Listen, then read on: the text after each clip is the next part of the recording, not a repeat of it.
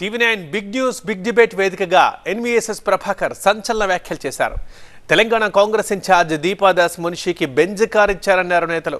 కాంగ్రెస్ నేతలు తమ సీట్లు కాపాడుకోవడానికి మున్షికి బెంజ్ కార్ ఇచ్చారన్నారు ప్రభాకర్.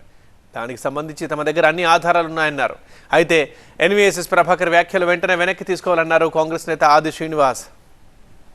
కొత్తగా ఈ రాష్ట్రానికి ఒక ఇన్ఛార్జ్ వస్తే ఆ ఇన్ఛార్జికి మెర్సిడీస్ బెంజ్ కారు ఢిల్లీలో అప్పగించింది ఎవరు?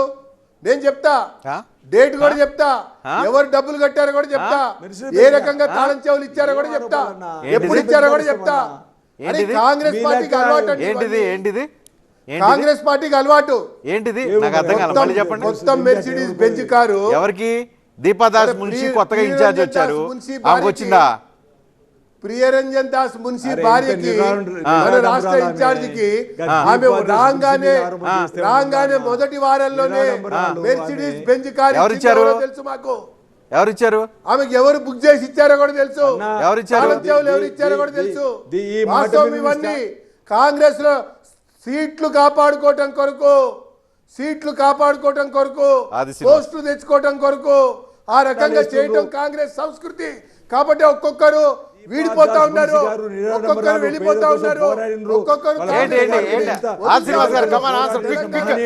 అలాంటి కుటుంబం మీద మీరు నిరాధార ఆరోపణలు చేయడం కరెక్ట్ కాదు. మీ నోటికి వచ్చినట్టు మాట్లాడడం కరెక్ట్ కాదన్న. దీపాదాస్ మున్షి గురించి మీరు చాలా తక్కువ తెలుసుకుంటున్నారు.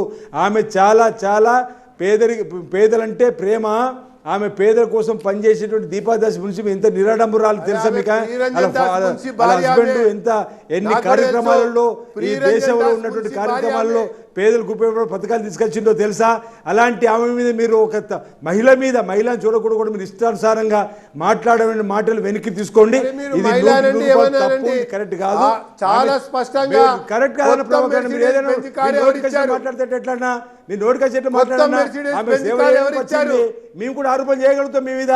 ఈరోజు నరేంద్ర మోడీ గారు ఒకటే ఫోటో షూట్ పోయినట్టు పోతున్నారు, ప్రతి ప్రోగ్రామ్కి చెప్పని చెప్పగలుగుతాము. ఈరోజు ఆయన కూడా అనేక కార్యక్రమాలలో